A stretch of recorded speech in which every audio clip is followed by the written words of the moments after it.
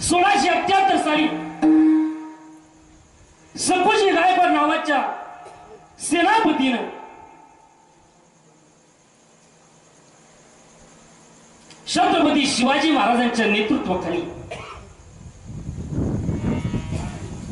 बेळगावाच्या किल्ल्याला वेढा दिला। त्या किल्ल्याची किल्लेदार एक स्त्री होती, तिचं नाव सावित्री देसाई। त्या पराक्रमी स्त्रीने 27 दिवस किल्ला लढवला। 27 दिवस किल्ला लढवल्यानंतर ती अपयशी ठरली आणि सपूजी गायकवाडाने किल्ला जिंकला। विजयाच्या उन्मत्तपणामध्ये त्या सपूजी गायकवाडानं त्या स्त्रीवर गैरवर्तन केले आणि ही गोष्ट ज्यावेळी छत्रपती शिवाजी महाराजांच्या कानावर पडली त्यावेळी छत्रपती शिवाजी महाराजांना राग आला।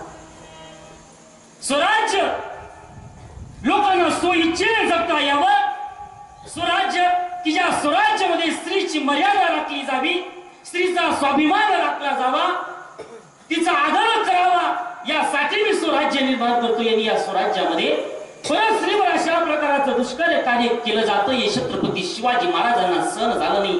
छत्रपती शिवाजी महाराजांनी सांगितलं आताच्या आता सपूजी गायकवाडाचे डोळे काढून टाका आणि त्याला जन्मठेप तुरुंगामध्ये टाका।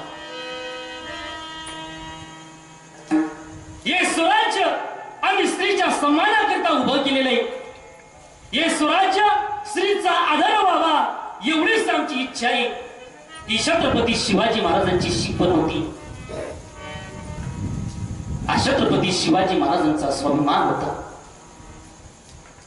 कल्याणच्या सुभेदाराची सोन ज्यावेळेस माझ्या राजांपुढे समोर पेश केली त्यावेळेस महाराष्ट्राचे राजे शिवछत्रपती यांचे उद्गार होते,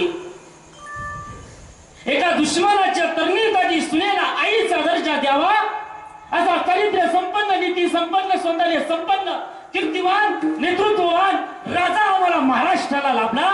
ही तुमची आणि आमची भाग्याची गोष्ट आहे। अशा महाराष्ट्राचे तुम्ही आम्ही लोक आहोत महाराज, आमचा स्वाभिमान किती मोठा असेल। म्हणून एक गोष्ट आज सुद्धा स्वाभिमानानं सांगतो की भारतासारखा देश नाही, महाराष्ट्र सारखं राज्य नाही, ज्ञानोबांसारखी ज्ञानी नाही, तुकोबांसारखे वैराग्य नाही, नाथबाबांसारखी शांतीचे प्रब्रह्म नाहीत, नामदेवांसारखे भक्तीचे उपासक नाहीत, छत्रपती शिवाजी महाराजांसारखे राजे नाहीत, ज्ञानेश्वरी सारखा ग्रंथ नाही, वारकरी संप्रदाय सारखा पंथ नाही, तुमचं आणि आमचं जीवन तरुण जाईल असा रामकृष्ण हरी सारखा मंत्र नाही महाराज। आणि तो रामकृष्ण हरी नावाचा मंत्र बाबांनी तुकोबांच्या स्वप्नात येऊन सांगितला। बाबाजी आम्हाला सांगितले नाम मंत्र दिला रामकृष्ण हरी आणि त्या मंत्राच्या उपदेशाने जगद्गुरु तुकोबांनी जीवाला सांगितलं, बाबा रे तुम्हाला तुमच्या जीवनाचं कल्याण करायचं असेल, जीवन सार्थकीला व्हायचं असेल तर माझ्या पांडुरंग परमात्माचं चिंतन करा, तुमचं जीवन धन्य होईल। अभंगाच्या